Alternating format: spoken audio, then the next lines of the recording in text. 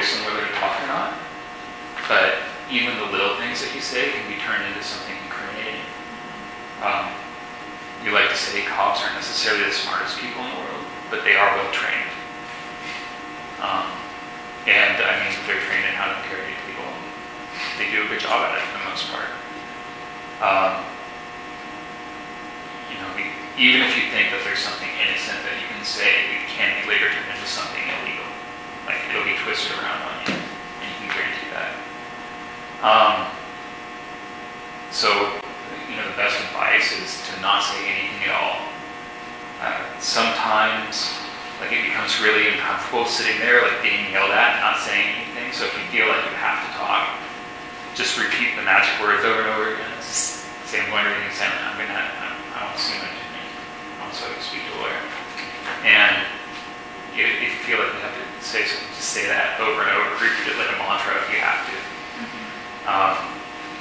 And eventually, they'll get the idea.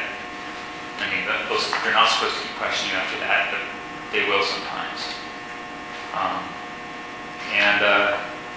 You know, if you really do want to talk, if you really do want to say something, if there's something that, you know, for some reason that you want to talk to the police about, wait till your attorney is present and talk with your attorney first. I mean, again, this is all to protect you in the long run. The police never have your personal best interests at heart. It's always their organizational interests and their personal interests are always around that. I heard that they can lie about, like, finding evidence that would incriminate you. Oh yeah. They can lie about evidence. They can lie about what other statements people have made for you. They can make up fake signed statements. All sorts of stuff.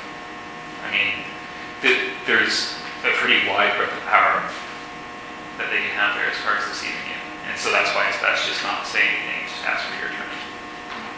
If they're asking you questions when you're holding cell, they're saying that if you answer these questions, you get them faster. Is there like a maximum amount of time they can hold you in jail? I think it's 72 hours. hours.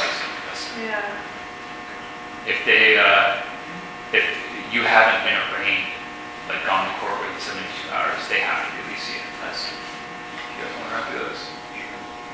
Who has a cat's out of his bag? Oh my. What's that? Something cute to get in a position? Yeah, we're in a car, I think. So, yeah. Okay. Some chair. So, you've been arrested for possession, but you're smart. You've been to Know Your Rights class, or at least part of it. And you say your magic words after you've been arrested. So, you got anything to say? I'm going to remain silent. I want to see a lawyer. Another fucking junior attorney, huh? Right. We got a lot of. I'm going to remain silent. I want to see a lawyer. Probably been one of those Know Your Rights classes. They know everything. Hey, remember what happened to that last guy?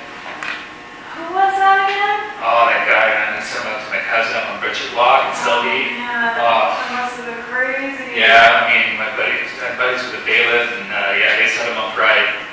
Yeah. Didn't want to talk to us either.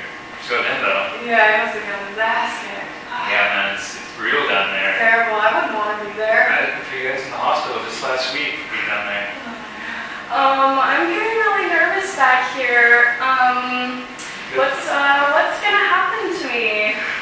Oh, well, I mean, that depends. You want to talk to us, and we can make things go a little bit easier. Maybe if it'll make things easier. Absolutely. All right.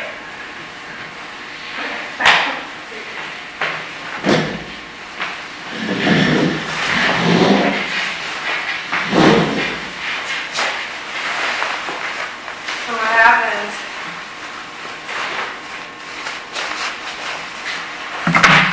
Well, I've heard that scene before.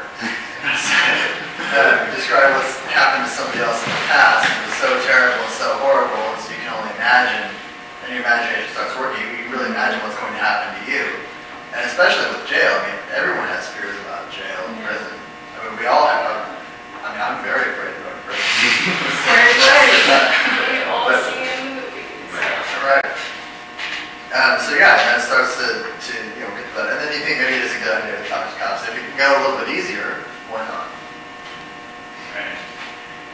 It sounded like the cops are threatening her though, right? Right. And the cops aren't supposed to threaten you. I mean, and generally that's true, like they're not allowed to threaten you.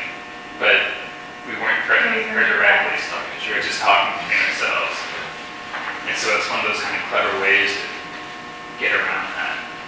And even though they're not supposed to threaten you, they do threaten you. So. But they're not supposed to threaten you with like physical harm or violence. But there's ways of doing it without directing it at the person.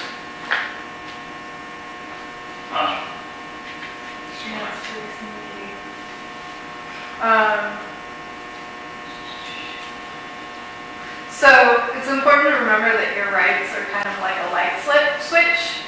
And if you say anything to the cops after saying the magic words, like asking you to go to the bathroom, have your cuffs loosened, etc., it's kind of like turning your rights on and off. And then they can again directly question you. So it's generally not a good idea to kind of go back and forth like that because it's confusing to them, it's confusing to you. Although it's still never too late to re-invoke your rights. So you can still, do that again, even though it's kind of confusing. The problem with that is, though, if you keep invoking your rights and saying something and invoking your rights, the cop can say, well, they kept saying they wanted an attorney, they remained silent, and then they started talking, and I just got confused at what was what. Right. And that's grounds enough for them to throw out the fact that you decided to bring a sign and ask for an attorney. Like, maybe I'll straighten your mind, but if you keep doing that over and over again, it screws it up. So we recommend just saying it once and sticking to it. Asking to go to the bathroom, and like if you're like if you're I don't know, like that seems so strange to me. Yeah, I mean it's up to your discretion, right? Like, Sure, yeah. if you really need to, then yeah.